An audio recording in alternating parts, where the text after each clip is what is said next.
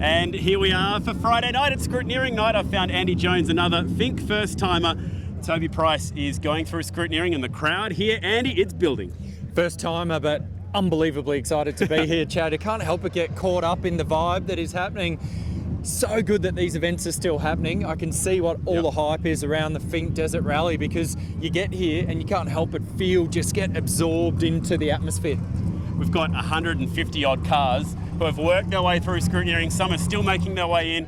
Here's a bit of a favourite as well. We've got the Gallard B&J Batteries car on its way through right now. So we've got plenty of trophy trucks to look at, plenty of pro buggies to look at, plenty of stars to look at. We've got Toby Price here as well. And there are thousands of people here right now. It's exactly what we've come to expect from Scrutineering night. Have a look at this crowd, Andy. They have come from every corner of the country here. Sadly, not as many from Victoria as we would have loved to have seen to be here tonight.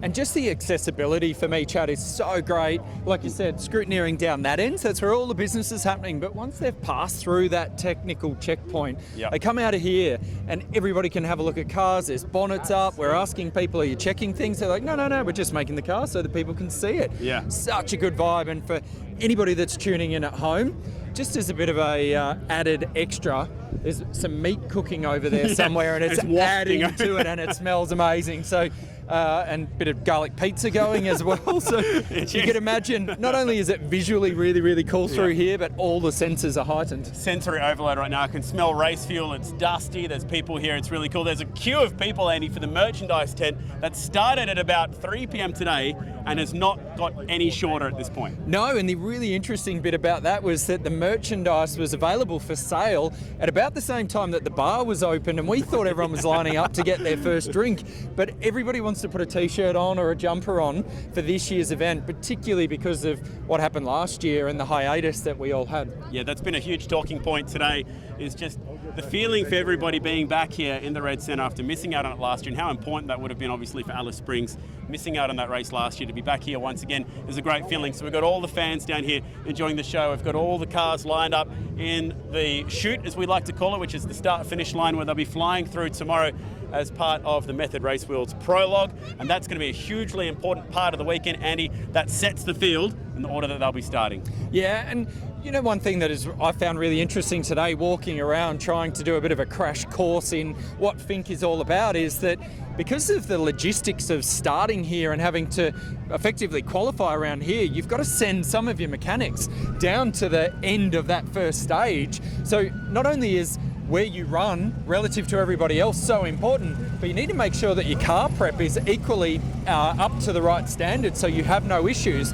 because it literally can determine what sort of a day you have, or 2 days. Imagine if you were like, oh, we just need that last spanner to make sure everything's good for the Prologue, and problem with that, it's already in the trailer about 200 k's south of here. So Prologue coming up tomorrow, hugely important. Is that the old, where's my 13mm socket gone? Well, it's down the road a little bit. About 200 k's down. Let's just check in and see a few more buggies on the way out. Before, I want to take you over and check out the bikes as well. I know we've got a lot of fans watching here for the bikes as well.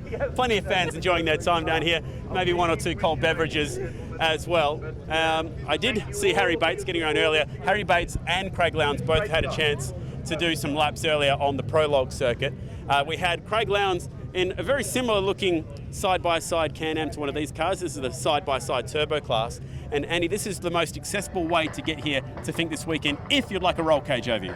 Yes, and I would recommend it. If you are a little bit on the crazy side, strap yourself onto a motorbike. But these things here, I was talking to Paul Wheel earlier, and I said to him, man, I feel like this weekend for me is a bit of a recce, and maybe the 2022 version, I could go and find one of these things and bring a friend along, Chad, to navigate, and we could have a crack at this thing. But they are really, really cool cars. For anybody that's sort of got a keen eye at home, you'll notice there are some roll cage differences between those cars. A lot of freedoms there within how you can prep your car, but ultimately the job that you need to get done, get from here to the other end as fast as you can and as safely as you can, and get back to this end. So all the way up to Pro Buggy as well. So anything in a Pro Buggy class can be, we're looking at V8s, we're looking at twin turbo V6s, some of these cars as well, putting up to 700, dare I say upwards of 1,000 horsepower, some of these buggies, crammed into a chassis that is purpose-built with exceptional amounts of suspension work put into it, big set of BF Goodrich tyres on it, and that thing is ready to do upwards of 400 kilometres of journey this weekend. And you just look at how robust these cars are, Chad. You look at the tyres, compared to road cars and circuit racing that I'm typically used to. I look at that thing and I go, man, that is nearly bulletproof. But we know that they're not. They get punctured pretty easily. And for me, I'm really excited to see how all that happens, learn about that, and try and tell some people how it's going to happen over the weekend. Yeah, and you'll especially see that in some of the bike classes throughout the course of 200 Ks going there or back, and some of them coming back with wire tyres strapped around the back of their tyres. They've deflated, they've somehow managed to get them down, and somehow most of them managed to get back. And it's an awesome feeling standing here at the finish line on Monday, and it's like The Walking Dead out here when you see 300 motorcycles or whatever's left by that stage somehow get back. Everyone's covered in red dust.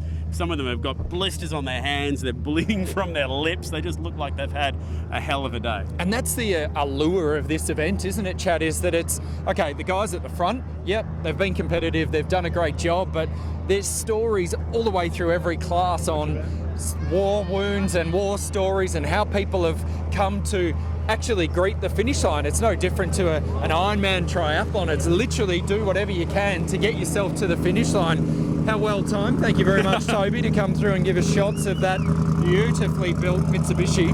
It's incredible, this thing up close, purpose built once again. Look at all the tools and everything in the back. It's got a tail shaft there. There's bottles of oil sitting on the back of this truck, I should say, and also 2 giant BF Goodrich tyres on the back as well. And he's got Mark Dutton as his new navigator. Dutto, as he's lovingly known from the supercars world, is going to be in that car for Prologue tomorrow. We'll go through the gate and check out some bikes while we're here, and then he's going to be in the truck to head down towards Alice Springs. And they're going to switch out and put Joe, their regular guy, in for this week to come back again. So great to have Toby Price here. You said the word Ironman. Unfortunately, Toby not doing the actual Ironman, as we've seen him do in the past, where he tries to get down there and back on both car and bike. But remember, he's never won it on 4 wheels, so that's the huge allure for him, a 6-time champ from the bikes, trying to come through and do it for the first time on 4 wheels. And while we make our way into the motorbike paddock here, mate, just quickly, you were talking about Mark Dutton navigating for Toby Price this weekend. Big news this year, satellite navigation is available to the navigator, which means they can preset some coordinations into their navigation system. What's that going to do, mate? What's that going to allow not only the navigator, but what's that going to allow the driver to do? Well, I think first of all, and Toby Price mentioned to me earlier today that he thinks it's a great safety initiative because it means they can have better visibility in the dust, but it also means that they're going to be able to keep that accelerator pedal pinned that a little bit harder as they go through the dust as well. So that's the two big changes that's going to affect from the driver's seat. And that's what we love. More wide open throttle, more craziness. Well, could you imagine more craziness than years gone by here? So, as you said, we've come into the motorbike paddock area. Yep. Some really, really good setups here. It's amazing how different it is between, the factory teams. We're here at Husqvarna. They're parked up next to KTM next door. And you look at just how different everybody is versus some of the tents over the other side there where it's family-run teams. Callum Norton, he's back inside the top 5 and ready to go once again for Finke 2021. Loving the setup that the Husqvarna and KTM tents have provided here again. You loving your Friday night here at Scrutineering? Yeah, it's great, mate. Loving it. So having good fun. It's not too chilly as yet, so trying to stay warm though, but no, it's good. So can't wait for tomorrow.